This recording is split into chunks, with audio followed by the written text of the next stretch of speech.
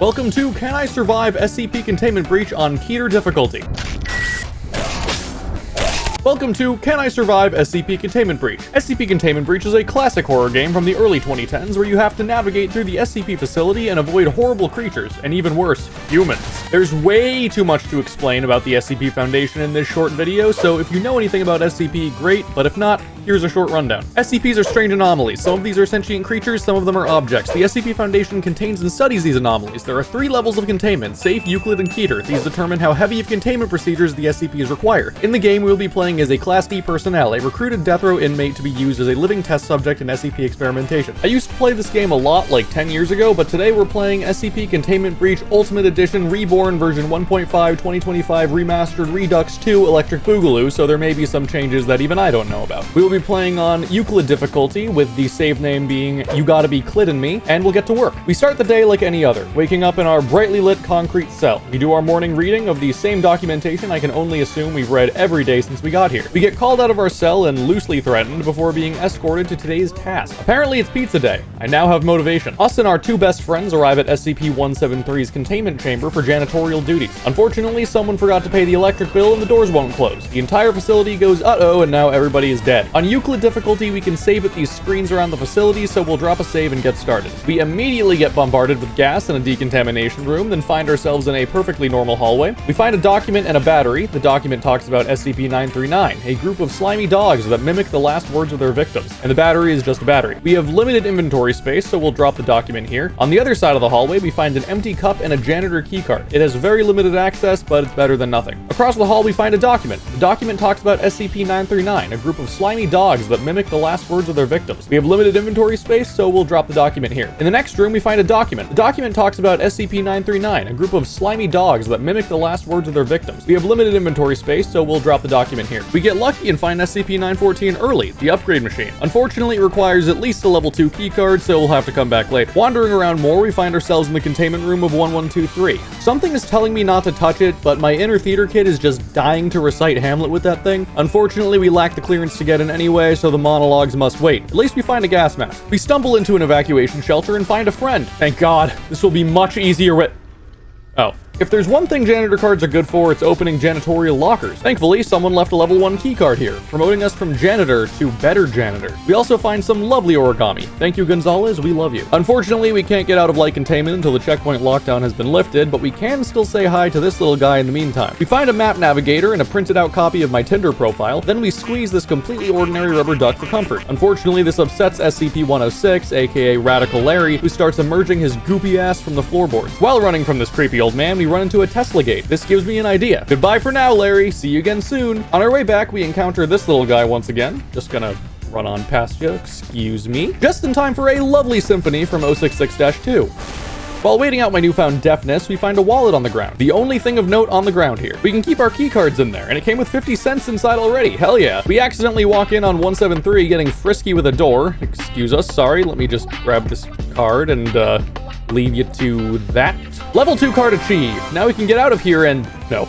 Wait. We have a much greater goal. Filled with determination, we decide it's time to head downstairs to the storage area. Rumor has it some nasty dogs are down there trying to get to the pizza first. We need to sneak around them to get a head start. This entire segment is really creepy, but watch how drastically the mood changes when I speed it up and add funny music. We open up the other end of the tunnels and make our way to the other side. Back onto the main level, we can now experience the vast expansive new section of the facility.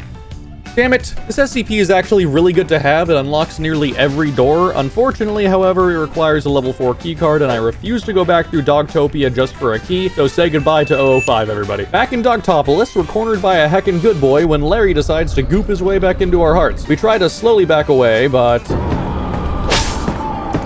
Okay, so now we know we never have to go back there again. Yay! We finally have a card high enough to open up 372's chamber and give him a lovely new home, the back of our head. 372 is one of the SCPs I classify as friends used for comfort and kindness, or fucks for short. These fucks are harmless, but are generally intended to add jump scares or increase the creepy vibe. My favorite SCP is also a fuck, but we'll see them later. Running back past Uncle Larry's goopy extravaganza, we enter a chamber containing a very poorly made glory hole. Let's see what's in there. Oh hey, a credit card. Wonder what else is in here. Well, that's cool. Time to... Oh shit. Ah, I see. It also removes items from your inventory when you use it.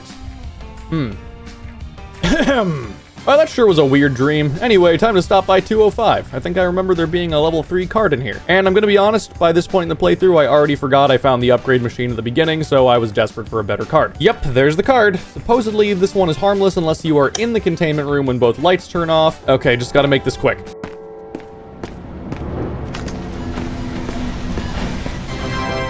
They almost got the door on me, holy crap. With our level 3 card, we can grab some fun new toys. 1025, for example, is an encyclopedia full of diseases. Reading a page will give you that disease you just read. So let's hold on to it just for fun. Oh no.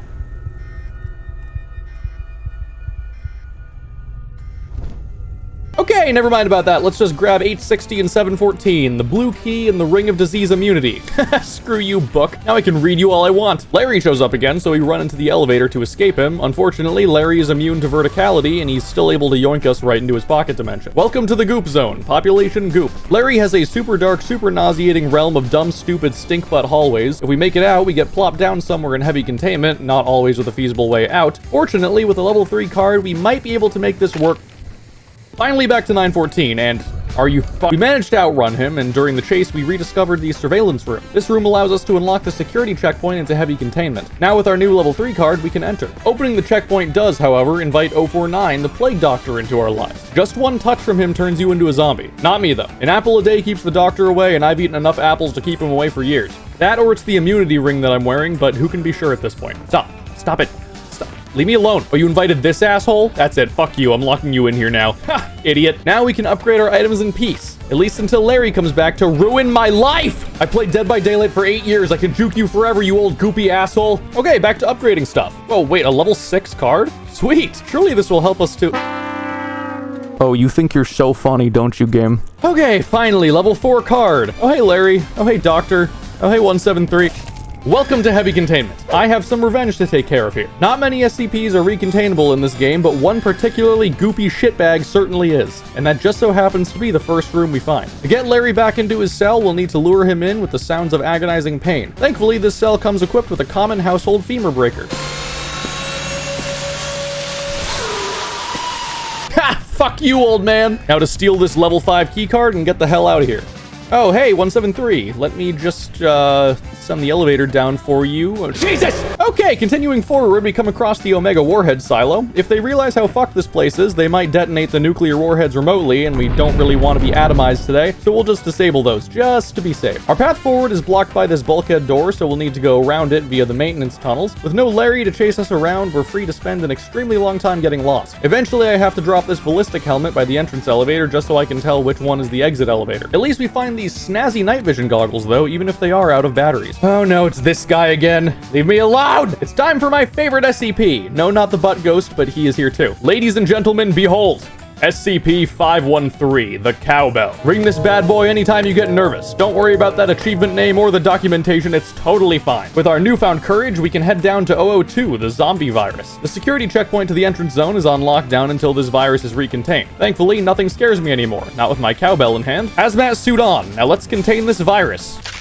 Ah, I see. I didn't realize there was a supervisor on staff today. My apologies, sir. I'll be on my way. No, I'll escort myself out. No need to worry. To move forward to the next area, we'll need to pass through the doctor's containment floor. The power company is back at it again, and it's dark as hell down here. Thankfully, they left this convenient map so we can feel around in the darkness until we find the light switch. Now, as long as we have no more interruptions, time to get out of here. Why would I expect anything else? And it's a dead end. Please, SCP, please grant me mercy. We found the entrance zone, our last hurdle between us and escape. This zone brings another challenge to the table. Now MTF guards from the surface have come down to secure escaped SCPs and kill anything else. This ring doesn't protect us from bullets, so we'll have to be very careful. Thankfully, they prioritize SCPs over us, so we can use them as distractions as needed. We navigate our way to the electrical center and disable the remote door control system. This makes 079, the computer, really pissy. He's been trying to maintain control over the facility, and now that we've disabled his door controls, he's real angry. This gives us a bargaining chip with him to let us out of this hellhole. But first, this. Oh hey, look, it's the door! This is what we've been carrying SCP-860 around for. It's beautiful. Finally, inner peace. Okay, so I'm used to gate A being locked before talking to the computer, but for whatever reason it's open right now, so I guess I can just escape? Let's just get around these MTF real quick. Okay, clearly I am not wanted at Gate A. Back to our previous plan, the computer. Cowbell Man shows up to give us an encouraging dance. Hell yeah, dude. Then the guards have a fun little standoff with 049. Good job, guys, very well done. To reach the computer, we'll have to go all the way back to light containment first, so we'll get started by taking a new route through heavy. I can summarize that experience with one single clip.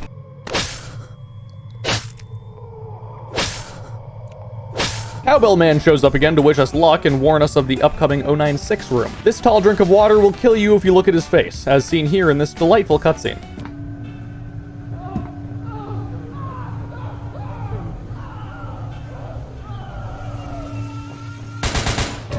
To cut through his room, we'll need to keep our eyes on the floor and walls at all times. Even a pixel of his face will get us killed. On the other side, we find the containment chamber for 035. Oh no, it's a theater kid. No sir, we don't need another one of those in this facility. Finally back near light containment, it's time to go have a conversation with the computer. Windows Pista here says if I re-enable his remote door controls, he'll unlock gate B for us. That should be fairly easy, especially after we do a little more upgrading. Better goggles, better map navigator, better cowbell. We have one very important pit stop on our way to gate B. Yes, finally it was all worth it. We also run into the magic vending machine. This bad boy will vend anything you type. No, wait, please! I need to finish the joke, please! Door controls are back on, which means there's only one thing left to do. Goodbye, shithole. I won't miss you. We run down the sidewalk and Dark Souls dodge roll past all the bullets. Thankfully, the rest of the facility is distracted by Godzilla escaping as well. They try to detonate the nukes, but teehee lol oopsie. As the blood and carnage only continues, we're finally found by a guard who shoots us in the head. And that's the game. So did we survive the containment breach? Technically no, but did we survive the game? Sure, that's vague enough for me to accept it. I did it, yay, I won! Special thanks to my patrons as always for making this possible. Each one of you is invited to the SCP staff slumber party. Bring your own pizza. See you there. Bye.